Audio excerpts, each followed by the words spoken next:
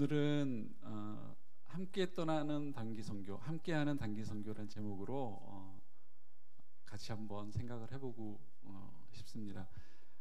단기 선교 팀은 소리가 약간 울리는 것 같으죠.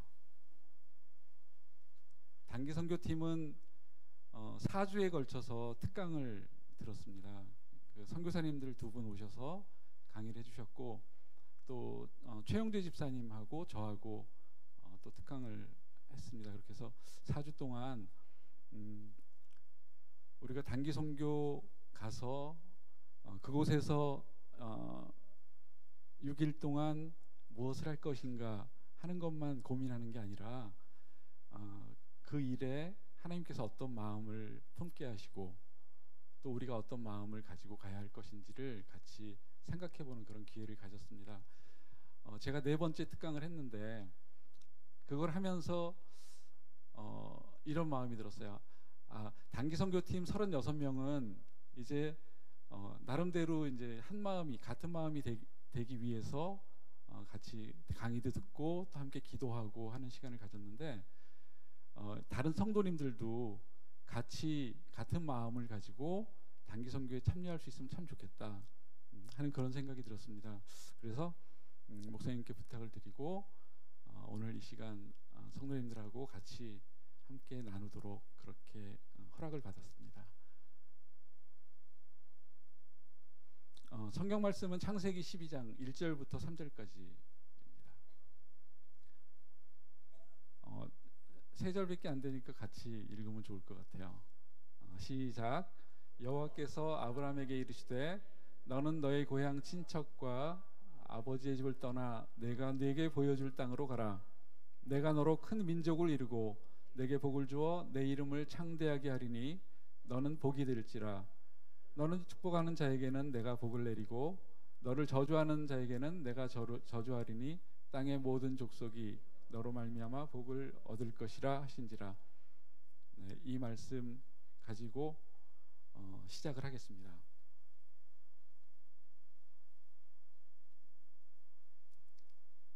네, 여러분들이 잘 아시는 유명한 선교사 혹시 있으신가요? 어떤 분 있으실까요? 여러분들이 잘 아는 누구요? 아펜젤러 선교사님. 네. 아펜젤러 그러면 또 따라 나오는 분이 또 계시죠? 언더우드.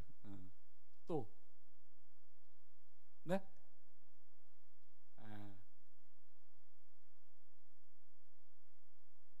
허슨 테일러. 예. 여러분들 다락방하고 연결되어 있는 선교사님도 계시잖아요. 그죠?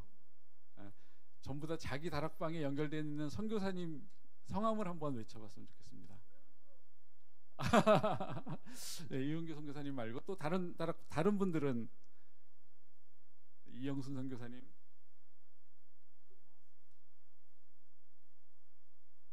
제가 처음에 양해를 좀 구해야 될 것 같은데 그 인후성 후두염, 후두염, 네, 그래가지고 지금 한 2달 정도 목이 계속 잠기고 그래가지고 지금 컨디션이 완전히 안 좋은데 강의하겠다는 욕심만 지금 가지고 섰습니다. 좀 양해를 좀 해주시고요. 제가 아마 수시로 물을 마셔야 될 것 같아요. 많은 선교사님들이 계십니다. 뭐 허슨 테일러 아까 말씀하셨던, 또 우리나라에 제일 처음 오셨던 토마스 선교사님도 있고요. 그런데 제가 여러분들한테 훨씬 더 위대한 선교사님 한 분을 소개를 해드리고 싶어요. 그분은 하나님이십니다. 하나님은 선교하시는 하나님이시다. 그런 생각 해보셨어요 혹시? 하나님은 선교하시는 하나님? 하나님은 하나님이시지 무슨 선교하는 하나님이야? 선교는 우리들이 해야지 하는 생각을 하게 될 겁니다. 그런데 제가 이제 한 3개월 동안 선교에 대해서 이제 교육을 받았는데 거기서 가장 처음에 강조해서 이야기하는 게 하나님은 선교하시는 하나님이다 라는 말입니다. 그럼 도대체 하나님이 선교하는 하나님이라는 의미가 뭐냐, 그렇게 이야기하는 근거가 뭐냐 하는 거를 생각을 해보겠습니다. 우선 역사적으로 2000년 전에 예수 그리스도께서 이 땅에 오신 다음에 지금 2000년이 흘렀는데 처음에는 예수님을 따르는 자들이 많지 않았죠. 그런데 지금은 수십억 명이 예수 그리스도를 따르고 있습니다. 그런데 하나님의 자녀들, 하나님의 백성들이 항상 신실하게 하나님의 말씀을 들고 선교했던 것은 아닙니다. 역사적으로. 그런데 그런 가운데도 하나님께서는 신실하게 선교를 하신 거예요. 그 예를 들면 그 역사적으로 자발적으로 선교를 나선 분들이 있습니다. 자발적으로 나아가서 선교를 하나님의 말씀을 나누고 복음을 전하는 사람들이 있었어요. 또 자발적으로 찾아가서 복음을 나눈 사람들이 또 있었습니다. 또 반면에 그 선교하려는 그런 의도 없이 비자발적으로 갔는데 거기서 복음을 듣게 되고 또 비자발적으로 찾아왔는데 거기서 복음을 듣게 되고 하는 일들이 있었어요. 성경에서 한번 예를 들어보겠습니다. 바울 같은 경우에 자발적으로 나아갔던 사람입니다. 선교하기 위해서 자발적으로 이곳 저곳을 다니면서 여행하면서 복음을 전했어요.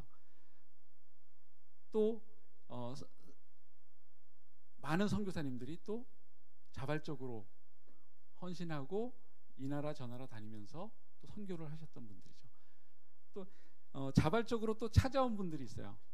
성경에 나오는 분을 보면 시바의 여왕 같은 경우에 솔로몬의 이야기를 듣고 또 그 유대 땅에 임하셨던 하나님의 그 영광을 보기 위해서 유대 땅으로 찾아온 사람입니다. 자발적으로 찾아온 거죠. 역사적으로 또 성경 외에서 자발적으로 찾아온 사람들이 있었는데 유럽을 침공한 바이킹들, 그들은 침공을 했어요. 그 유럽 땅을 침공을 했는데 그 유럽 땅에서 그들이 복음을 듣게 됩니다. 그래서 하나님을 믿는 그런 백성들이 또 되죠. 비자발적으로 나아간 사람이 있었는데 요셉을 예를 들 수가 있어요. 요셉은 자기가 원하지 않는데 애굽 땅에 팔려갔습니다. 또 역사적으로는 신대륙으로 쫓겨났던 청교도들이 그 신대륙에 살고 있었던 인디안 원주민들에게 또 복음을 전해서 그들이 또 복음을 듣게 됩니다. 또 비자발적으로 찾아온 사람이 있었는데 로마 군대가 팔레스타인 지역에 주둔하게 되죠. 그들은 뭐 복음을 들으려는 그런 의도가 전혀 없었어요. 그러나 그곳에 주둔하면서 또 복음을 듣게 되는 그런 일들이 있습니다. 복음서에 나오는 백부장이라든지 뭐 이런 사람들이 그 예가 될 수 있겠습니다. 그리고 아프리카에서 미국으로 잡혀갔던 노예들, 그들은 비자발적으로 찾아왔죠. 그렇지만 그들이 미국 땅에서 하나님의 복음을 듣게 됩니다.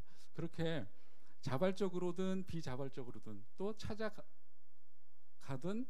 또 나아가든 그런 모든 것들을 통해서 하나님께서는 이 땅에 그 온 세상에 하나님의 백성들이 늘어날 수 있도록 항상 역사하셨어요.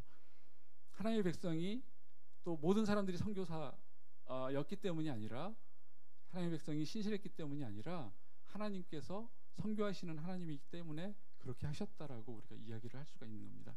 또 두 번째로 보면 예수 그리스도께서 승천하시기 전에 우리에게 주신 말씀이 있죠. 이거를 대위임령 이렇게 이야기를 합니다. 다 같이 한번 읽어볼까요? 시작. 예수께서 나와 말씀하여 이르시되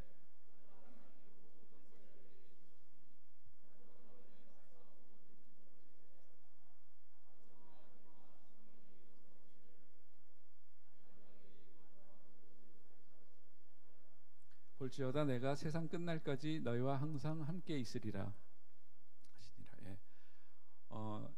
뭐 유언과 같은 말씀이기 때문에 이거를 이제 대위임령 이렇게 이야기를 하는데 여기서 조금 이제 궁금한 게 하나 생겼어요. 뭐냐면 이거를 왜 명령이라고 안 하고 위임령이라고 이야기를 했을까? 그 생각을 잠깐 해보겠습니다. 명령하고 위임령하고 어떻게 다를까요? 똑같이 주님께서 말씀하셨던 이 내용을 지키는 걸 텐데 명령이라고 안 하고 위임령이라고 우리가 부르고 있습니다. 그건 뭐냐면 수행하는 주체가 달라요. 명령은 수행하는 주체가 명령을 받은 사람입니다. 다시 말하면 제자들과 또 예수 그리스도를 믿는 이들이 이 명령, 이게 명령이라면 그들이 이 명령을 수행을 하게 되겠죠. 그런데 이게 위임령이라고 하면 조금 달라집니다. 어떤 의미냐면 여기 보시면 예수 그리스도께서 하나님께 모든 권세를 받으셨다 그래요. 그리고 그 권세를 우리 제자들에게 주시는 겁니다. 항상 세상 끝날까지 너희와 항상 함께 있으리라 말씀하셨죠. 항상 함께 하시면서 이 말씀을 따르고 수행할 수 있는 능력을 주시는 거야. 그 권한도 주시고 위임을 하시는 거죠. 그래서 위임령이라고 이야기를 하는 겁니다. 그 위임하시는 분이 하나님이신데 결국은 하나님께서 그 일을 하시겠다라는 거죠. 선교하시는 하나님께서 이 일을 하시겠다라는 의미에서 우리가 이거를 명령이라고 이야기를 안 하고 위임령 그렇게 이야기를 하고 있는 겁니다. 이런 거를 예를 들 수 있을 것 같아요. 얼마 전에 제가 채널을 돌리면서 슈퍼맨이 돌아왔다라는 프로그램을 잠깐 봤는데 그 송일국 씨가 삼둥이들 데리고서 이제 식당에 가서 식사를 하는 장면인데 대한이 손을 잡고서 스테이크를 이렇게 썰어주더라고요. 포크로 이렇게 찍고 나이프로 이렇게 하면 고기가 잘 잘라진단다 하면서 그걸 손을 잡고서 해줬어요. 근데 그렇게 한 조각을 딱 잘라내고서는 송일국 씨가 뭐라 그러냐면 대한이더러 야 대한이가 이 고기를 이쁘게 썰었네, 먹기 좋게 썰었네 하고서 칭찬을 해줘요. 마치 그런 겁니다. 실제로 하시는 분은 하나님이세요. 복음을 전할 수 있는 능력도 하나님께서 허락해 주시고 또 함께 하시고 그 결과도 또 하나님께서 그런 상황들을 만들어 주세요. 그러면서 하나님께서 뭐라고 하시냐면 그게 너희들이 순종하고 너희들이 신실하게 했기 때문에 그렇게 했다라고 말씀하시는 것 같은 거죠. 그래서 역사적으로 이렇게 많은 사람들이 주님을 따르게 되기까지 하나님께서 자발적으로 비자발적으로 찾아오고 나아가게 해서 복음 믿는 예수 그리스도의 백성들이 이렇게 많이 늘어나게 했고요. 하셨고 또 이렇게 위임령을 허락하시면서 하나님께서 직접 하시는 건데도 불구하고 우리에게 그렇게 할 수 있는 힘도 주시고 또 우리가 한 것처럼 그렇게 또 때로는 칭찬하시고 그런 하나님이시라는 거죠. 그러면 이렇게 하시는 하나님의 목적이 무엇인지 한번 생각을 해보겠습니다. 두 가지를 생각해 볼 수 있는데 하나는 하나님께서 복을 주시기 위해서라는 겁니다. 아까 본문 말씀 창세기 12장 1절부터 3절 말씀을 읽었는데 그 2절에 보면 하나님께서 아브라함에게 복을 주신다고 하셨어요. 우리가 잘 알고 있다시피 땅과 자손과 그리고 복이라고 이야기하는 거 직접적으로 그런 복을 약속을 하셨어요. 그런데 2절 후반절에 보면 뭐라고 돼 있냐면 너는 복이 될지라 그랬어요. 복을 준다는 말씀이 있고 또 복이 될지라는 말씀이 또 있습니다. 복이 된다라는 말씀. 그래서 우리가 이제 그 설교를 통해서 축복의 통로가 되어야 한다 하는 말씀으로 우리가 많이 들었었죠. 그러니까 복이 되게 하기 위해서 복을 주신 거예요. 하나님께서. 그런데 누구한테 복이 되냐면 땅의 모든 족속이 복을 얻는 복이 되는 거죠. 하나님께서 아브라함에게만 복을 주신 게 아니라 하나님께서는 땅의 모든 민족에게 복을 주시기를 원하셨던 거예요. 다만 그 일을 아브라함이 하시게 하신 거죠. 그게 아브라함이 받은 복입니다. 그리고 또 하나는 열방으로부터 하나님께서 영광을 받기를 원하신다라는 겁니다. 우리가 출애굽할 때 상황을 보면 모세가 바로에게 찾아갑니다. 찾아가서 우리 백성들이 나가서 하나님께 예배를 하기 위해서 나갈 테니까 우리를 보내달라 하고 요구를 합니다. 그때 바로가 한 말이 있어요. 여호와가 누구간데? 여호와가 누구시기에? 너희가 경배하겠다고 하는 그 여호와 하나님이 누군데? 그 얘기는 내가 잘 모르니까 알려달라 그런 뜻이 아니었어요. 조롱하는 의미로 이야기를 하는 거죠. 야, 여호와가 누군데? 이런 뉘앙스예요. 예, 그렇게 바로가 이야기했습니다. 그런데 그 출애굽기 그 이스라엘 백성들이 출애굽할 때까지의 그 내용을 이렇게 읽다 보면 이런 표현이 여러 번 나옵니다. 애굽 사람이 나를 여호와인 줄 알리라. 그들이 나를 여호와인 줄 알리라. 여호와가 누군데 하는 거에 대한 하나님의 답이에요. 그리고 또 하나님 여호와 같은 이가 없는 줄을 알게 하리라. 모든 신들 위에 진짜 신, 참신이 누구신지 알게 하겠다라는 게 하나님의 대답이었어요. 하나님께서 이스라엘 백성들에게 애굽 백성과 바로에게 내리신 10가지 재앙은 전부 다 이거를 보여주는 것이었어요.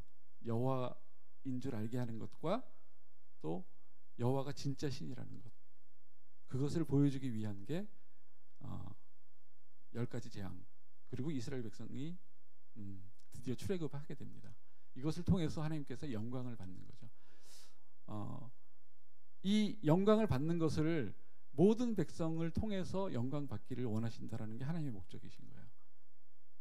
다시 요약을 하면 선교하시는 하나님의 목적은 두 가지가 있는데, 하나는 열방이 복을 받는 것, 또 두 번째로 열방이 하나님을 영광 돌리게 하는 것. 그것이 하나님의 목적입니다. 선교하신 하나님의 목적. 우리가 영적으로 아브라함의 후손이기 때문에 우리도 아브라함처럼 복이 되기 위해서 복을 받는 그런 사람들이에요. 또 하나님의 영광을 돌려야 되는 그런 사람들이죠. 그런데 이제 여기서 질문이 하나 있습니다. 뭐냐면 하나님께 영광을 돌린다라는 게 과연 뭘까? 우리가 찬양을 하면서 영광, 주님 큰 영광 받으소서, 그렇게 얘기해요. 그러면 주님 큰 영광 받으소서 얘기를 하면 영광이 누구한테 있는 거예요? 내한테 있어가지고 그거를 하나님께 이렇게 드리면서 하나님 이 영광 받으십시오 하고 이렇게 드리는 건가요? 그렇지 않죠. 우리는 영광스러운 존재가 아니에요. 그러면은 영광 돌린다라는 게 뭐지? 영광이 뭐지? 하는 거를 한번 생각을 해봤으면 좋겠습니다. 영광은 그 말이 갖고 있는 본래 의미가 있어요.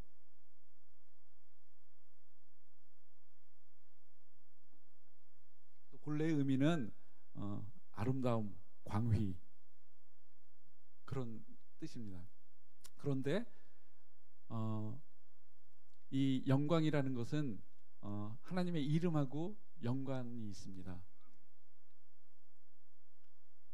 하나님의 이름, 하나님의 신분과 본질을 나타내는 그런 하나님의 이름, 우리 많이 알고 있죠. 여호와도 하나님의 이름이죠. 뭐 아도나이, 엘로힘, 뭐 이런 이름들이 있습니다. 여호와 이레, 뭐 여호와 라파, 여호와 니시, 뭐 이런 이름들이 있어요. 또 우리가 그냥 우리의 표현으로 하면 뭐 신실하신 하나님, 은혜의 하나님, 사랑의 하나님, 그런 하나님을 가리키는 그런 이름들이 있습니다.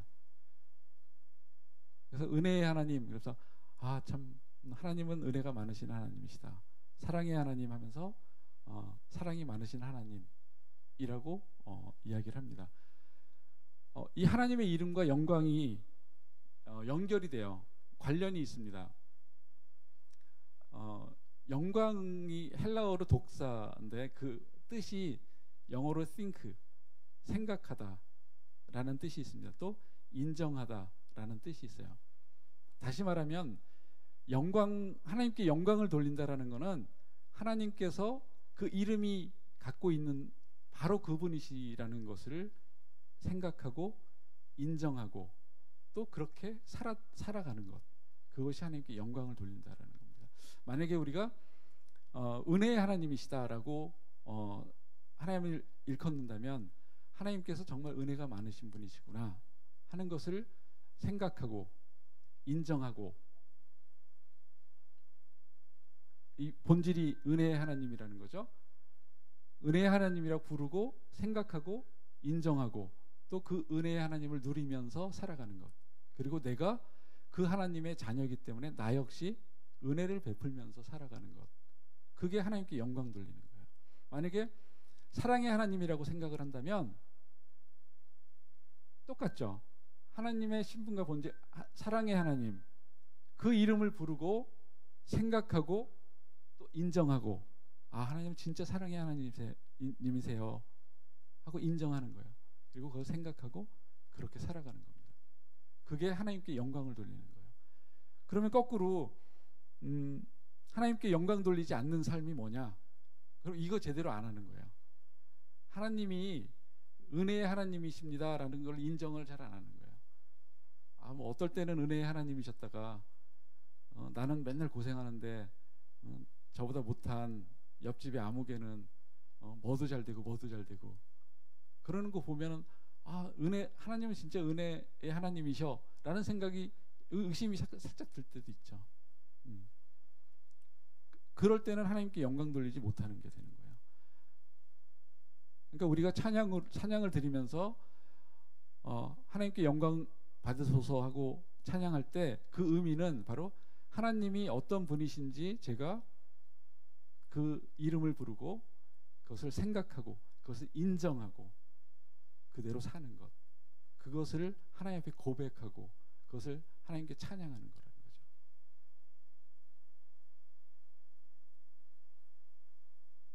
그리고 예배는 바로 하나님께 영광 돌리는 그것이 어떤 합당한 방식으로, 때로는 하나님께 뭔가를 드리면서 또는 어떤 시간을 할애하면서 또는 하나님을 찬양하는 그런 형식을 통해서 그렇게 하나님께 드려지는 것, 그것이 바로 예배입니다. 하나님께 영광 돌리는 것, 그것이 바로 예배가 되는 거죠. 그러면 아까 하나님의 목적을 두 가지를 생각을 해봤잖아요. 열방이 복 받는 것, 그 다음에 열방이 영광을 받는 것. 그런데 그 영광을 받는다라는 게 바로 이런 의미를 갖고 있다는 거죠. 하나님을 하나님으로 인정하고 생각하고 또 그렇게 살아가는, 그것이 바로 하나님께 영광 돌리는 것이라는 겁니다. 그러면 선교는 바로 하나님께 영광 돌리기 위해서 사역하는 사역, 그것을 선교라고 이야기를 합니다.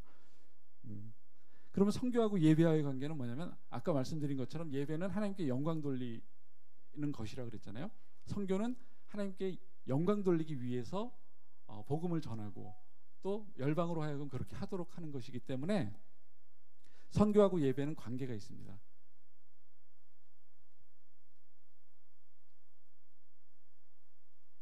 선교는 목표가 예배예요. 다시 말하면 하나님께 영광 돌리는 게 목표예요. 그리고 예배는 선교를 하기 위한 원동력이 됩니다. 예배를 통해서 우리의 마음이 움직이고 또 하나님이 어떤 분이신지 알고 또 그 하나님을 찬양하는 것을 통해서 선교에 대한 마음이 생기게 되죠. 그래서 원동력이 되는 겁니다.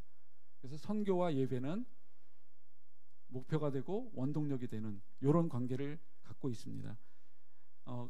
그런 면에서 보면 선교는 단지 복음을 전하는 것이 아니에요.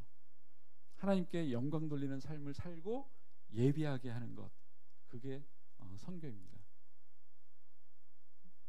그런 생각을 하면 우리가 한 가지 더 생각을 해볼 수 있는 게 뭐냐면, 그러면 하나님을 알지 못하는 곳에 있는 사람들은 어떻게 예배를 하냐?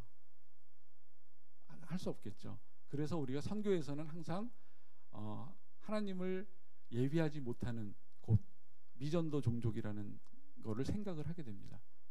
하나님을 알지 못하기 때문에 하나님을 예비하지 못하고 하나님께 영광 돌리지 못하고 하나님께서 뜻하시는 복을 받지 못하는 그런 사람들이 있는 거죠.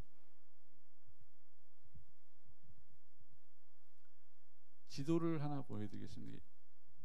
이게 나이지리아의 지도입니다.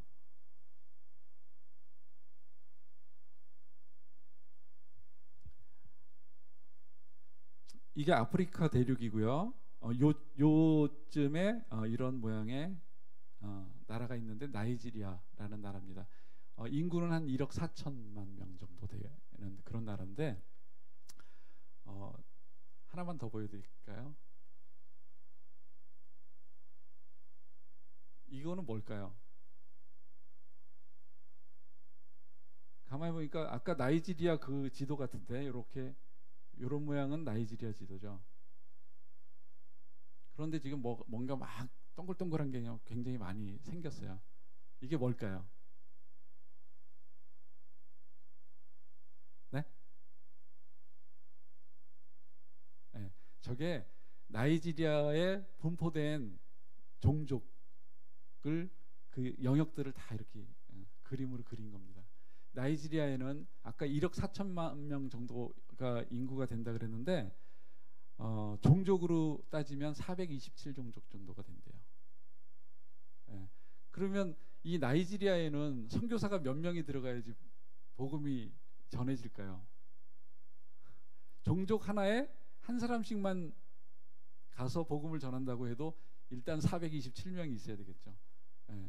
언어적으로 문화적으로 다른 종족들이 427개나 되는 거예요. 그러니까 이렇게 얼핏 봐서 굉장히 징그러운 그런 지도 모양을 하고 있습니다.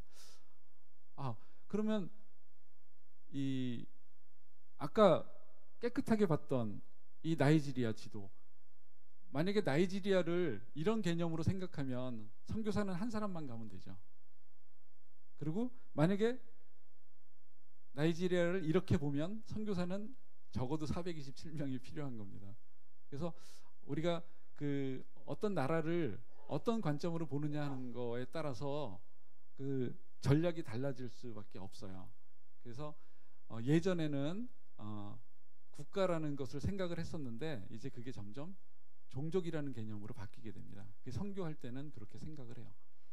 그래서 종족은 이제 뭐 언어적으로 문화적으로 다른 그런 집단을 이야기를 하는데 뭐를 기준으로 하느냐에 따라서 굉장히 좀 구분이 조금 다를 수 있습니다. 그러나 지금 이제 그게 관심은 아니고 우리가 나라라는 개념으로 한 덩어리로 생각했던 것에서 그 나라를 구성하고 있는 하위 집단인 종족 단위로 생각을 해야 되겠구나 하는 생각을 하게 된 것, 그것만 우리가 한번 살펴보겠습니다. 1792년 우리가 잘 아는 윌리엄 캐리가 이제 복음을 전하자라는 그런 이야기를 하게 됩니다. 그리고 1865년에 허슨 테일러가 내륙 지방을 중심으로 해서 또 복음을 전하자라고 얘기합니다. 이게 뭐냐면 처음에는 해안선만, 아까 나이지리아에 한 사람 가면 된다고 생각했던 것처럼 해안 지역에만 갔었어요. 그런데 그게 나중에는 내륙까지 들어가야 된다 그래서 허슨 테일러가 중국 내지 선교회를 만들고 그 내륙까지 들어가서 선교를 하게 됩니다. 그런데 이때만 해도 이런 접근들이 지리학적인 접근이죠. 이런 접근들이 뭐 크게 문제가 있다라는 생각을 전혀 못했어요. 그러나 이게 아까 우리가 그 종족 개념을 생각을 해봤던 것처럼 이게 지리학적으로 볼 게 아니라 언어 집단으로 구분을 해서 생각을 해야 되겠다라는 것을 캐머런 타운센트라는 선교사가 생각을 하게 되고, 또 맥가브란이 인종 집단을 대상으로 해서 선교를 해야 되겠구나 하는 생각을 하게 됩니다. 그렇게 해서 결국 국가를 대상으로 하는 선교가 이제 종족을 대상으로 하는 선교로 그 패러다임이 바뀌게 됩니다. 제가 시간 조절을 잘 못해가지고 지금 많이 남았는데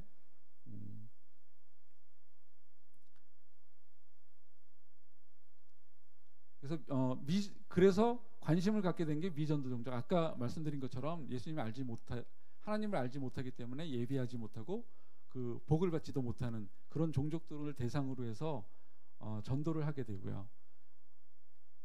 제가 몇 가지는 그냥 넘어가도록 하겠습니다.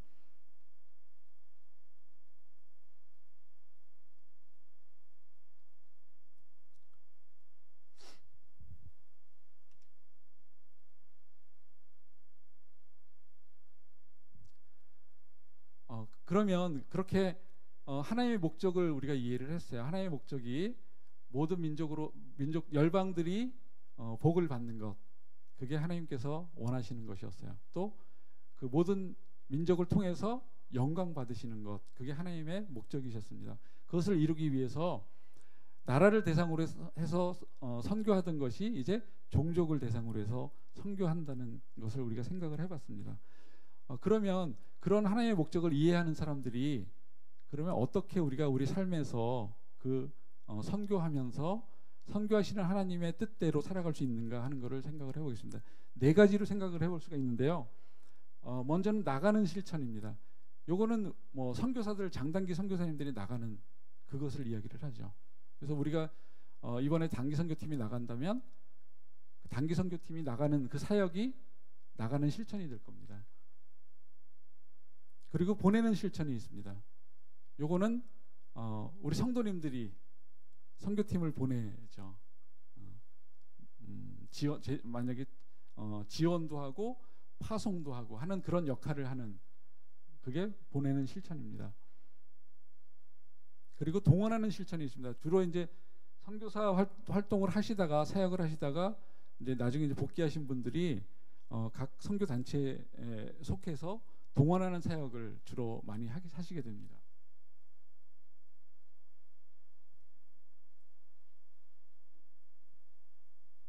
그리고 또 하나 환영하는 실천이 있습니다. 요거는 뭐냐면 우리나라에 이주민들이 많이 들어오죠. 그분들을 대상으로 해서 복음을 전할 수도 있다라는 거죠. 그러니까 뭐 찾아가거나 뭐 보내거나 동원하거나 이런 건 아니지만 또 그런 실천을 할 수가 있습니다. 그러니까 이렇게 보면 세계를 품는 그리스도인이 하나님의 뜻대로 선교하는 삶을 살 수 있는 그런 실천이 이렇게 다양하게 있다라는 거죠. 나가는 것, 보내는 것, 또 동원하는 것, 그리고 찾아오는 사람들을 환영하는 것, 그런 실천들이 가능합니다.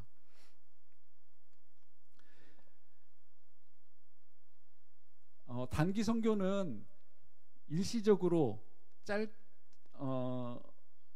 아주 빠르게 그리고 자발적으로 찾아가는 그런 선교를 이야기를 하죠. 그 2005년도 기준으로 전 세계적으로 해마다 한 200만 명 정도가 단기 선교에 참여한답니다. 그런데 문제가 뭐냐면 그 중에 80%는 이미 복음이 들어간 곳에 찾아가는 거고요. 그 중에 75%는 잘못된 방법으로 선교를 한다라고 통계적으로 그렇게 생각을 해볼 수 있습니다. 잘못된 선교가 그러면 어떤 게 잘못된 선교냐? 하나님의 목적을 이해하고 아까 말씀드렸던 열방이 복받고 또 영광 돌리기, 그 목적을 이해하고 그것과 연결해서 하나님과 동역하는 것, 하나님과 동역한다라는 표현이 좀 중요한 표현이죠. 이렇게 하는 선교가 제대로 된 선교입니다. 그렇지 않다면 잘못된 선교고요. 또 현지 교회 또는 경험이 많은 선교단체와 협력하는 선교가 제대로 된 선교고요. 하나님의 목적 자체에 집중하는 선교가 또 제대로 된 선교입니다. 이제 좀 과장되게 이야기를 하면 어떤 선교사님은 이런 이야기를 하기도 합니다. 뭐냐면 단기 선교팀이 그해 한 6팀 정도가 찾아왔는데 사역 중에 벽에다가 페인트 바르는 그런 사역이 있었는데 6팀이 올 때마다 벽에다 페인트 칠을 했대요. 그래서 왜냐하면 그 선교팀이 자기네들이 계획을 갖고서 오거든요. 그런데 그 계획이 현지 교회나 선교사님하고 전혀 협조가 안 되고 협력하지 않게 되면 그런 상황이 벌어질 수 있는 거죠. 그래서 하나님께서 이미 그곳에서 이루시고 계시는 일이 무엇인지 하는 것들 관심을 가지고 만약에 선교를 그 단지 어떤 긍휼한 마음을 전하는 그런 것으로 생각한다면 그게 올바른 선교가 될 수가 없고요.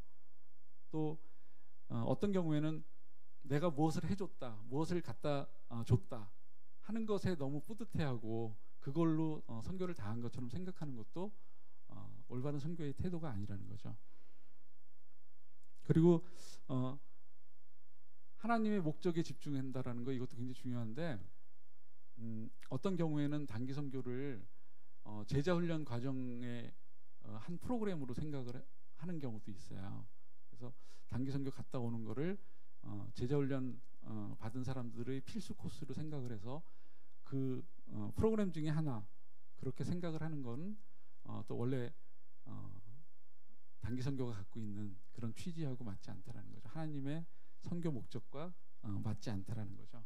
그래서 우리가 가는 선교가 내가 하는 선교가 아니라 하나님께서 하시는 선교가 될 수 있도록 하려면 이 세 가지, 하나님과 동역하고 현지 선교사님과 동역하고 또 하나님의 목적을 이해하고 그대로 사역하는 것, 이런 것들을 놓치지 않아야 할 것입니다. 저희가 단기 선교 출발하기 전에 선교팀이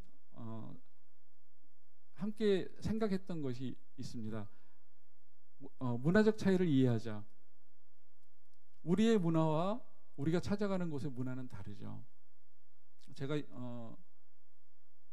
예전에 말레이시아에 이제 가족들이 있을 때 가보면 운전하고 어디 지방을 나가게 되면 큰 도로에 왕복 2차선에 큰 도로를 갈 때 앞에 차가 천천히 가면 이렇게 추월하잖아요. 중앙선 넘어서. 그런데 신기한 걸 봤어요. 중앙선을 넘어서, 우리 같으면 중앙선 넘어서 이렇게 추월하는 차가 있으면 맞은편에서 오는 차가 반짝반짝하고 난리가 나죠. 왜 중앙선 넘어서 추월하냐 해가지고 내가 가는데 전혀 방해가 되지 않고 저쪽에서 저만치 멀리서 추월하는 건데도 막 반짝반짝하고 빵빵 누르고 막 난리가 납니다. 그런데 거기는 전혀 그렇지 않아요. 만약 그렇게 추월하는 차가 있으면 옆으로 이렇게 비켜줘요. 참 신기하다 하는 생각을 했어요. 그런데 시내에서 운전하는 거 보면 정말 질서 전혀 없거든요. 신호도 안 지키고 뭐 차선도 안 지키고 깜빡이 넣지도 않고 그래요. 그거는 그들과 우리가 문화가 다르기 때문입니다.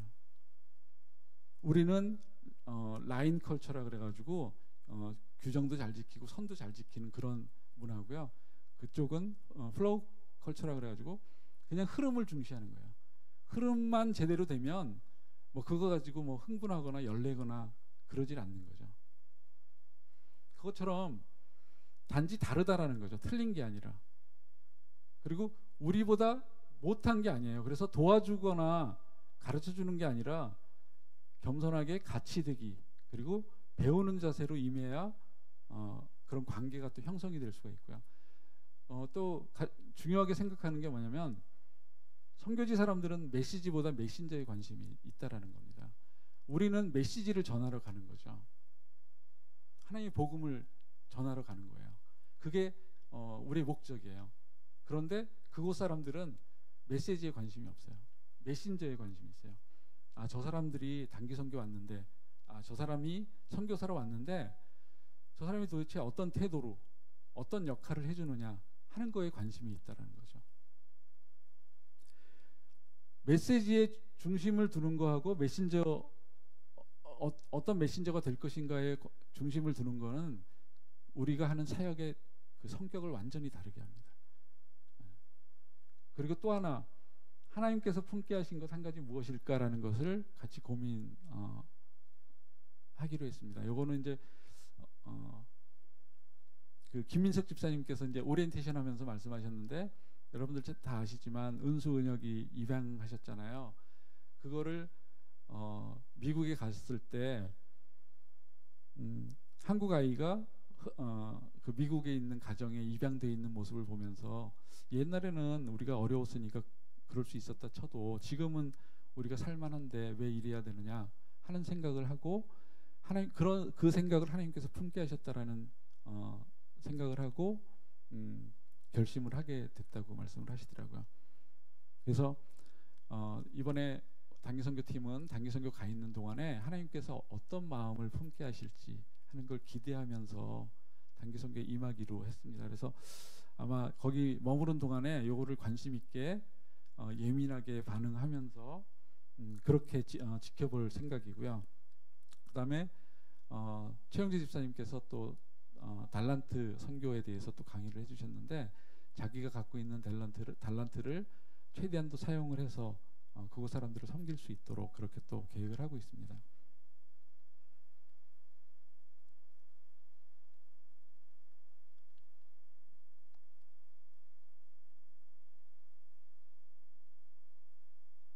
어, 시간이 없어서 요거는 좀 말씀을 드릴게요.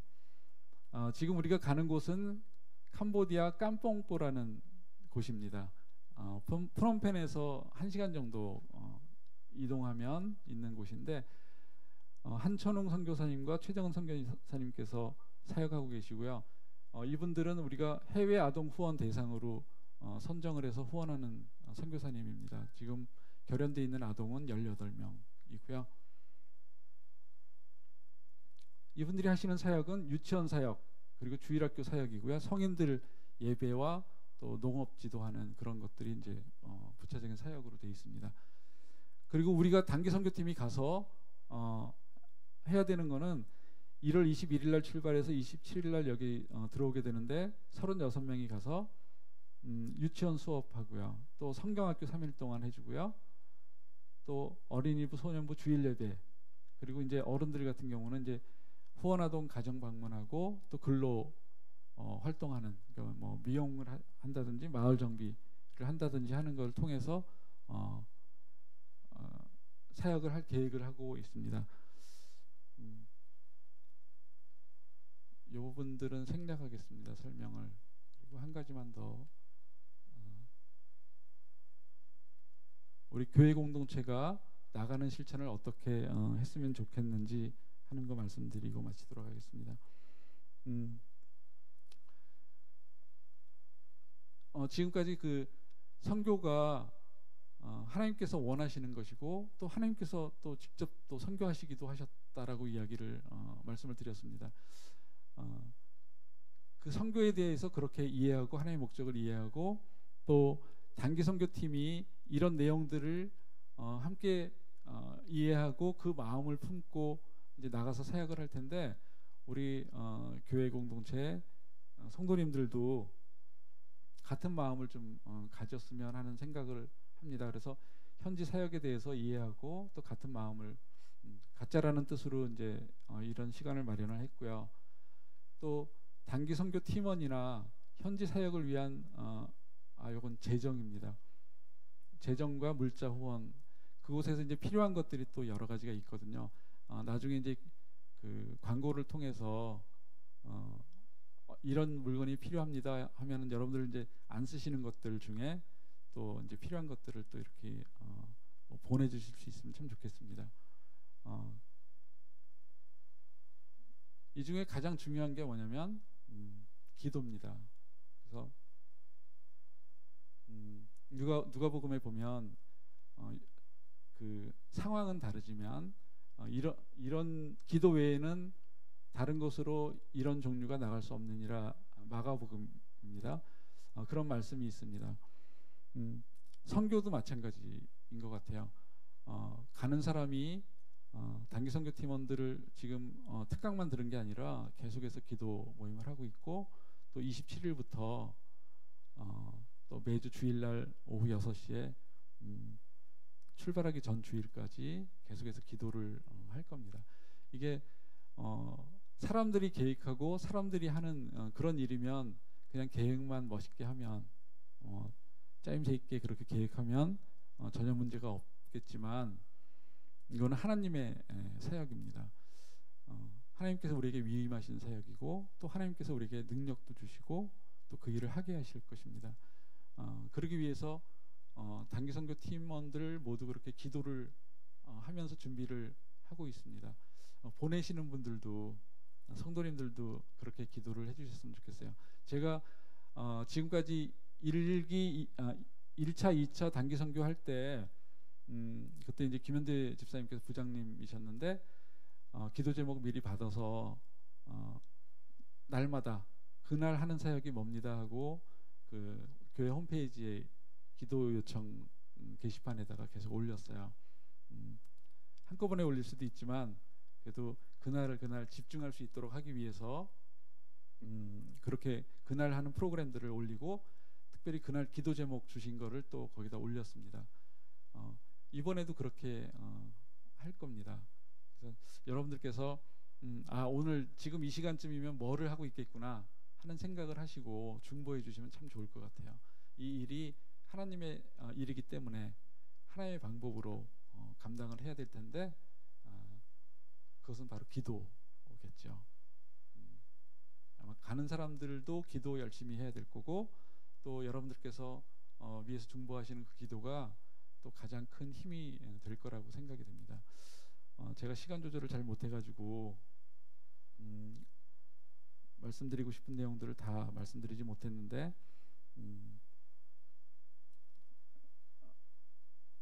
그 한 가지만 이해를 하시면 좋을 것 같아요. 그러니까 하나님께서 선교하시는 하나님이시다.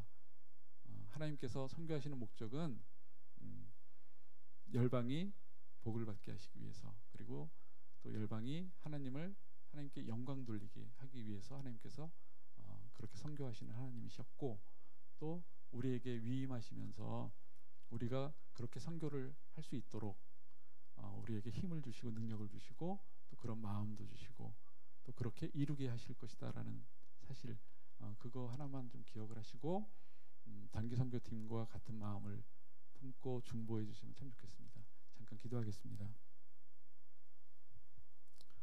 하나님 아버지, 참 감사합니다.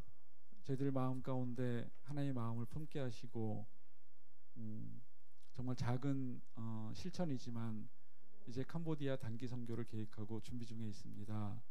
하나님 아버지, 우리가 선교하시는 하나님이심을 함께 나누었는데 하나님께서 품고 계신 그 목적대로 우리가 우리의 섬김을 통해서, 우리의 순종을 통해서 열방이 복을 받고 또 열방이 하나님을 영광 돌리며 하나님께 예배하는 그 일을 위해서 헌신할 수 있도록 하나님 인도하여 주시옵소서.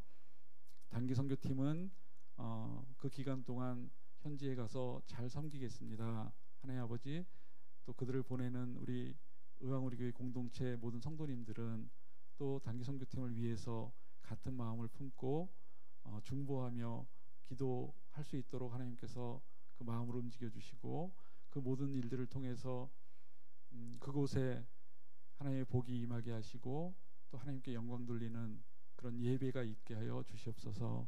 감사드리며 예수님의 이름으로 기도했습니다.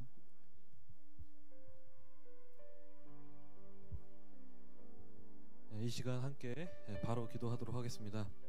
첫 번째는 모든 열방에게 복 주시기 원하시고 그들을 통해 영광 받기 원하시는 하나님의 마음과 뜻을 잘 이해하고 삶을 통해서 온전히 이루어가는 인생이 될 수 있도록 하소서.